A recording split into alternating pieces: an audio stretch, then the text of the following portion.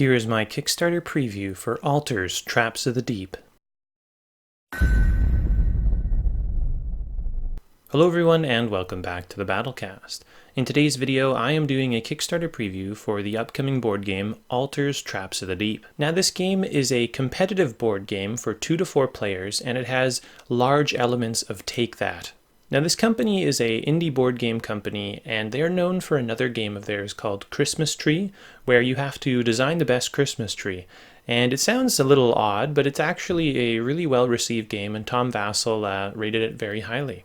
In Traps, players find themselves taking on the role of a treasure hunter who has found themselves exploring an unknown shrine underneath a mountain. This shrine was built to an ancient unknown god who gives grace to whomever makes blood offerings. The goal of the game is to navigate this ancient shrine while collecting as many gems as possible, all the while triggering traps to hamper your opponents and avoid being damaged by traps in return. If a player is skilled at using the shrine's traps, not only will they hamper their opponent and possibly even prevent them from escaping, but they will also appease the god of the shrine, who in return will give them grace. Now grace, which is shown by this lighter track, is a way to accumulate points at the end of the game based on how successful you were at hitting your opponents with traps. You can see if you have 15 grace at the end of the game, you will score 78 points. Traps Altars of the Deep takes place over 8 rounds, and one of the most interesting things about this game is that the 4th and final game board, where the exit is located, only becomes available to players at the end of the 6th round. This means that players only have 2 rounds to get on to the 4th and final game board, pick up as many gems as possible, and then make their escape at the end of the 8th round. To make things even more interesting, the exact tile where the exit is located is hidden until the end of the 8th and final round. Health is a very important resource in Traps. If you were to reach the bottom of the health track, for each additional point of health that you would lose, you actually lose grace instead. Furthermore, at the end of the 8th round, when the exit location is revealed, your ability to escape is based on your health. If you are at the top of the health track, you can move 6 spaces to the exit. If you are at the bottom of the health track, you can move 0 spaces. For each space you fall short, you gain curses, which are negative points at the end of the game. Now when I say the shrine is loaded with traps, I mean it. There are 6 types of traps in this game, and many of them overlap each other, creating corridors and intersections of death. Arrow traps shoot from the walls, earthquakes can trigger in columns, spikes can erupt from the ground, spears can stab from intersections. So every trap has colored tokens like this. You can see we have here blue, red, and green. And if you select a trap to trigger, let's say I'm the blue player and I want to activate the arrow trap, well, I'll choose from these and I'll place one in the active trap spot. So I'll put it like right here. Now only I know what that color is that I've chosen. I've chosen the blue color. So if I'm the blue player, I'll probably not want to be standing in a space that's next to a blue arrow. I'll probably want to move over here.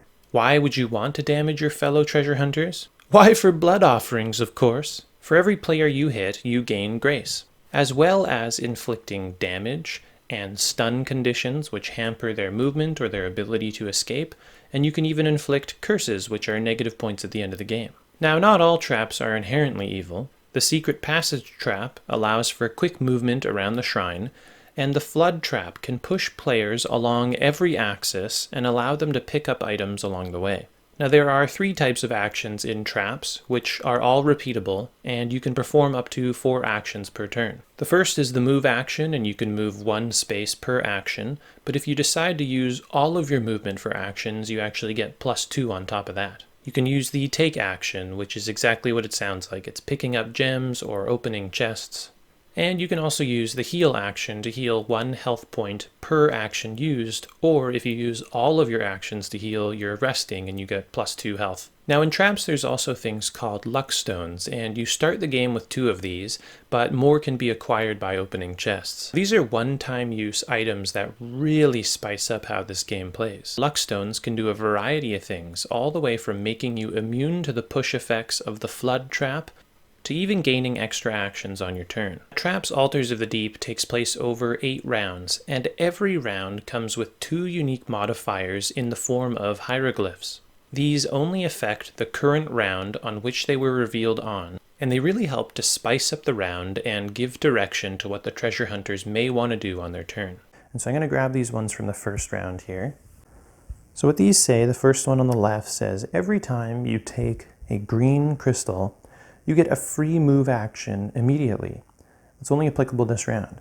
The second one here on the right says every player gets +1 action this turn. So instead of 4, you get 5.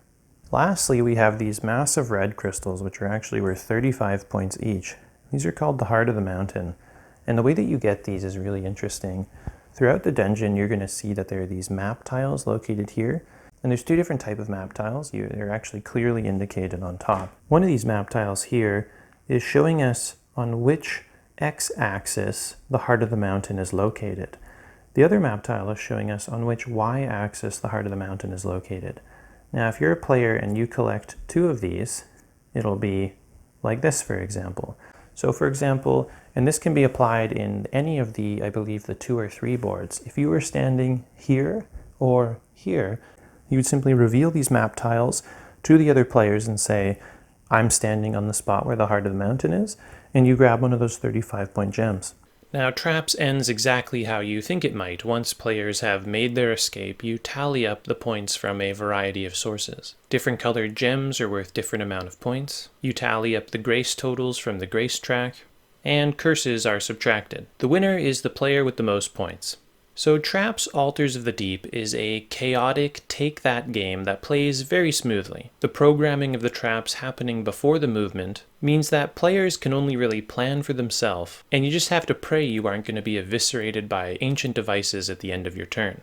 If you notice that someone isn't standing on the purple hex and they picked the spike trap, well, maybe you want to not stand on a purple hex also. If you like take-that games and are looking for one where decision-making won't be a barrier to entry, then this might be a good game for you. Even new players can run around, picking up gems, triggering random traps. Sometimes the unpredictable can really throw off experienced players. This doesn't mean that there's not a lot of potential for advanced tactics in this game. It's just, personally, I don't think this is the kind of game that I would invest a lot of time developing advanced techniques for. I think it's just kind of fun to play and have things be chaotic. There are many random elements when you set up the game board, including tile orientation, gem and map locations, exit location, and trap order. This randomness means that no 2 playthroughs will be the same. With randomness, however, comes a tedious setup.